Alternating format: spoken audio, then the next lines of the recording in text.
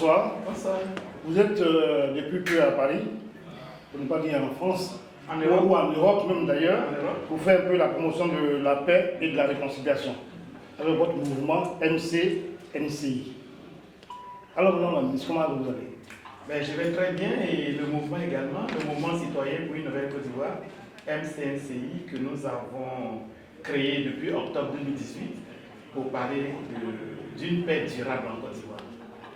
Madame la ministre, vous avez rencontré en Italie et aujourd'hui en France, essentiellement, vous avez parlé d'un nouveau concept. Un citoyen nouveau. D'un citoyen nouveau. Pour nos téléspectateurs, l'Ivoirien nouveau, c'est qui?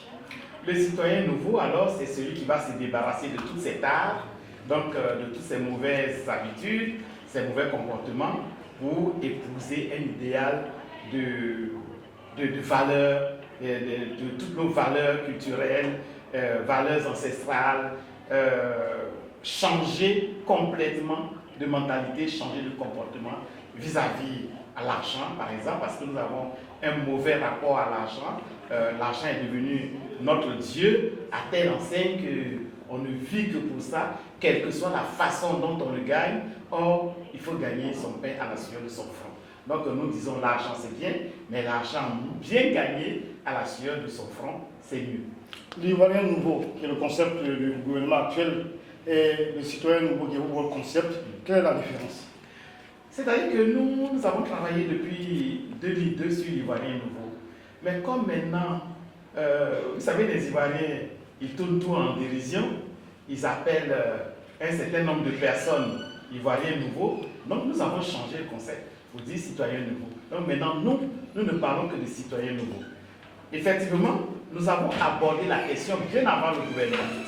Le gouvernement en parle, je ne connais pas le contenu, mais je connais le contenu de ce que propose le MCNCI.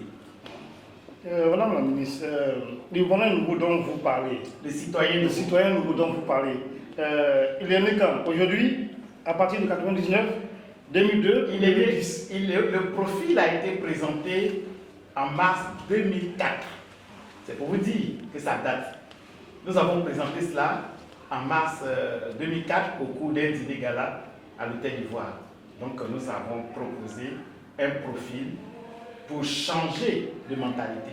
Nous pensons qu'il faut une mutation des mentalités en Côte d'Ivoire si nous voulons vraiment avancer au niveau du pays. Parce qu'il faut rompre avec le laxisme, il faut rompre avec la corruption, il faut rompre avec la facilité, que le travail devienne une seconde religion pour la Côte d'Ivoire.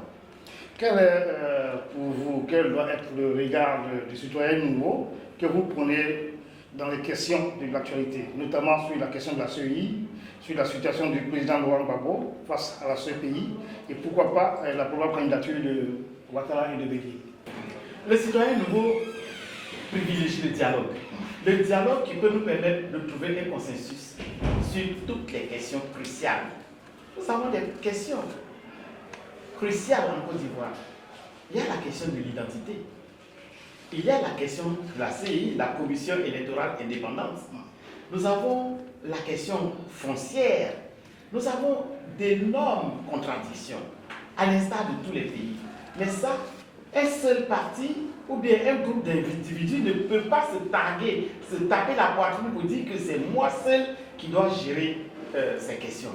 Il faut qu'on s'asseye, que nous tous, que toutes les filles, tous les fils, que toutes les composantes de la société ivoirienne participent à un grand débat national pour trouver des solutions idoines aux problèmes qui nous opposent. Madame la ministre, ça va être notre dernière question. Il est clair que l'actualité politique ivoirienne est cristallisée aujourd'hui par deux grands blocs dans le RHDP et la plateforme en gestation du président Bélier et du président Laurent Gbagbo. Pour vous, qui prenez les citoyens nouveaux, quel devait être le bloc que vous devez rallier si vous devez faire un choix? Pour l'instant, nous ne pouvons pas rallier un bloc, dans la mesure où nous voulons parler à tous les Ivoiriens. Si nous rallions un bloc, nous nous fermons la porte. Donc nous voulons aller partout. Nous avons commencé à rencontrer tous les partis politiques, tous les acteurs de la société civile, la population ivoirienne. Nous allons partout. Donc il est bon que nous restions à équidistance par rapport aux différents blocs. Pour l'instant, nous sommes en train de parler à tous les Ivoiriens. Nous faisons cela d'abord et puis l'avenir nous le dira. À quel moment on dit la vérité, à quel moment on se répand, à quel moment on se réconcilie et à quel moment on fait la réparation? L'étape, les différentes étapes que nous proposons, c'est la vérité parce qu'il faut savoir ce qui s'est passé en Côte d'Ivoire, qui a fait quoi. Ensuite, quand on sait ce qu'on a fait, il faut se repentir. Quand on a fini de se repentir, là, il y aura la réconciliation nationale, les cœurs sont apaisés. Et après la réconciliation, alors, la réparation. Parce que les gens ont tout perdu. Ils ont perdu leurs parents, ils ont perdu leurs amis, ils ont perdu leurs biens. Donc, il faut un minimum de réparation. Même si on ne peut pas tout réparer, même si les êtres humains qui sont morts ne peuvent pas revenir, mais au moins que les gens soient dédommagés pour apaiser les cœurs, pour aller à une vraie réconciliation et non une réconciliation du bout des lèvres. Merci beaucoup, Madame la ministre. C'est moi qui vous dis merci. Amis téléspectateurs de News TV, nous étions avec la ministre Bro-Grébé qui est en tournée, en tout cas en Europe, pour parler de paix et de réconciliation. Merci beaucoup, Madame la ministre. Merci.